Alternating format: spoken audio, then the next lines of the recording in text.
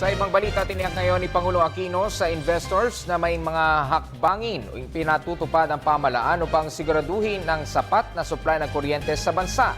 Sa kanyang pagsasalita sa Energy Smart Philippines 2014 sa Pasay City, iginit ng Pangulo na walang dapat ipangamba ang business community dahil patuloy ang mga reformang ipinatutupad ng kanyang administrasyon. Narito ang report ni Elena Luna. Tiniyak ni Pangulong Aquino sa mga investor sa Pilipinas na hindi aabusuhin ang hinihiling na otoridad mula sa Kongreso sa pagsisikap na matugunan ang kailangang supply ng enerhiya. Sinabi ito ng Pangulo sa pagsisimula ng 2 araw na Energy Smart Philippines 2014 sa Pasay City. I'm aware that investors in the energy sector are worried about these measures distorting the market. But let me assure you, government intervention is meant only to address the shortage. The sole goal of this initiative is to make sure our economy does not lose its momentum in the event of an energy shortage.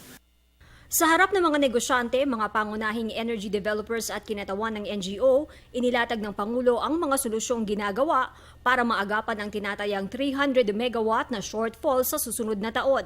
Kabilang sa mga ginagawa ng pagkilos ng pamahalaan ang pagpapalit ng ilaw sa mga opisina. There is, for instance, the Philippine Energy Efficiency Program, which involved distributing 8.6 million compact fluorescent lamps to the public. It has reduced power demand, I'm told, by as much as 240 megawatts in the evenings and annual consumption by 306 gigawatt hours. Through the PEEP, the DOE also replaced the lighting systems of national and local government offices and retrofitted a number of public lighting systems, thus reducing annual power consumption by 11.05 gigawatt hours and 4.42 gigawatt hours respectively. At paggamit ng mga e-tricycles. Right now, the DOE is in the process of procuring 3,000 e-tricycles, which we expect to be completed by next year. This will be the first step towards our goal of replacing 100,000 gas-fueled tricycles with electric ones, which will reduce our carbon footprint further, as well as our dependence on oil.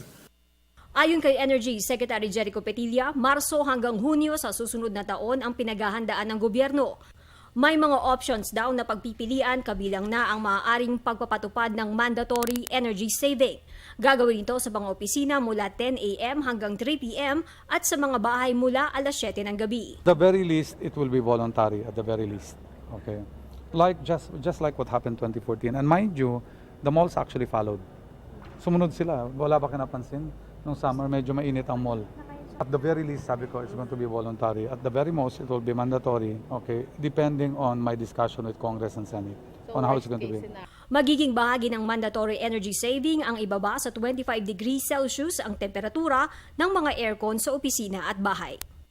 Para sa Telebisyon ng Bayan, Elena Luna.